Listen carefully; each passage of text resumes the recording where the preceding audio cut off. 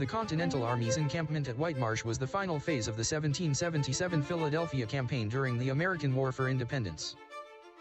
British General William Howe's operation to capture Philadelphia began with the Navy carrying 18,000 soldiers, including 4,000 Hessian mercenaries from New York Harbor. They landed at the head of the Elk River in Maryland on August 28. Howe led this force north into Pennsylvania on September 9, defeated George Washington's Continentals at Brandywine and Paoli on September 11 and 20. The British occupied Philadelphia on September 26. The Continental Congress, along with the Liberty Bell, and thousands of patriots fled to York, Allentown, Bethlehem, Lancaster, Lebanon, and Reading. The British thwarted Washington's attempt to retake Philadelphia at the Battle of Germantown on October 4. The defeated Continentals moved to Whitemarsh on November 2 to monitor enemy movements and plan their next maneuver. Howe's decision to take Philadelphia isolated General John Burgoyne's army in New York and left it vulnerable to attack and defeat by General Horatio Gates at Saratoga on October 17. The loss at Saratoga drastically increased the cost of the war for the British government and helped precipitate an alliance between the Continental Congress and France. Washington established his headquarters at Emlyn House. 8,000 Continental troops and 3,000 militia spent 7 days constructing camps and fortifications throughout the hills. General James Varnum noted the Army's desperate need for supplies. He said the commissary is in such a situation that provisions can scarcely be obtained from day to day. Washington's headquarters issued a memorandum to foraging parties on November 26. It read, "If any gentleman of the Army can give the general information concerning shoes, stockings, or breeches, he will be exceedingly obliged to them." Washington hoped to coax the British into marching out of Philadelphia and attacking the well-defended high ground at Whitemarsh. General John Sullivan was optimistic. He said, "If General Howe does not come to attack us when we lay so near to him, it is evident he does not mean to fight." Howe led 12,000 troops to Chestnut Hill on December 4. Skirmishes ensued throughout the region. General James Irvine suffered wounds during one of these clashes and fell into British hands on December 5. He remained a prisoner of war until 1781. A minor battle occurred on December 7 when Colonel Daniel Morgan's Rifle Corps and several Pennsylvania regiments engaged the enemy at Edge Hill. A Hessian described the action. He said the British suffered considerable loss. They could not dislodge Washington's army and suffered 50 dead and wounded. Howe sustained heavy casualties commanding the British assault on Bunker Hill back in 1775. He decided not to risk similar losses attacking the heights at Whitemarsh. Howe ordered his army back to Philadelphia on December 10. Howe's time in Chestnut Hill brought the hardships of war to its residents. The British and Hessians looted and burned dozens of homes and businesses.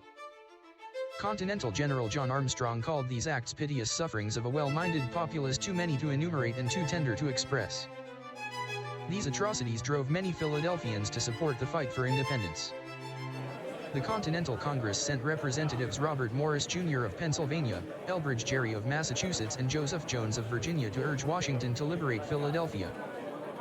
Morris, Gerry, and Jones realized the futility of such an operation after seeing the desperate state of the Continental Army at Whitemarsh on December 3. 2,000 troops were without muskets. 6,500 soldiers reported sick, and 1,800 were bedridden. Between 10 and 40% of every regiment was physically unfit for duty. 40 of the 4th Pennsylvania's 160 troops were ill. 1 out of 4 soldiers had no shoes. Half of General William Alexander's brigade were barefoot on the ice and frozen ground. General Sullivan reported 1/3 of his officers and soldiers confined to cold tents for want of clothing, and a very large number retired sick to hospitals and country houses. General Varnum described himself as very much indisposed and full of pain on December 4. Washington ordered his medical officers to remove the sick from the encampment.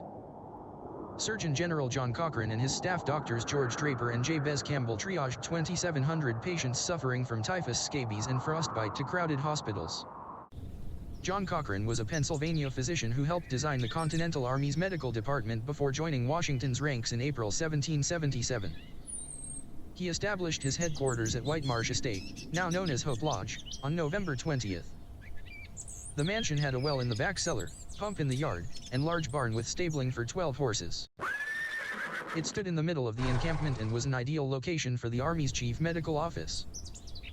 Washington prohibited soldiers from looting or defacing the house and its orchards and directed them to supply themselves out of the woods adjoining the property instead. The estate belonged to William West.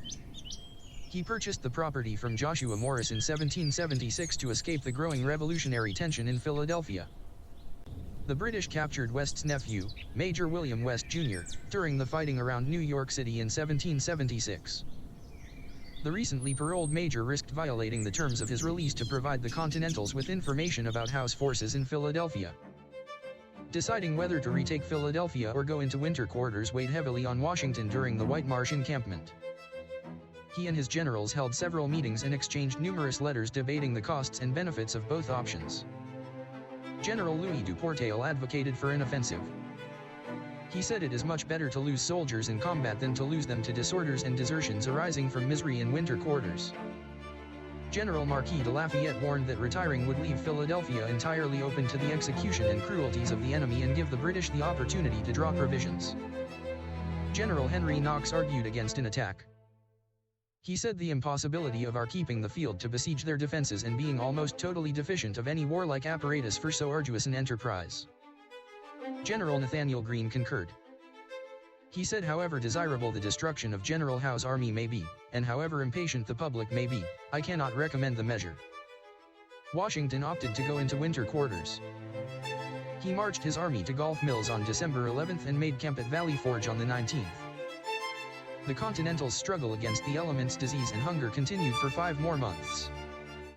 But the army emerged a better organized, disciplined and trained fighting force in spring 1778.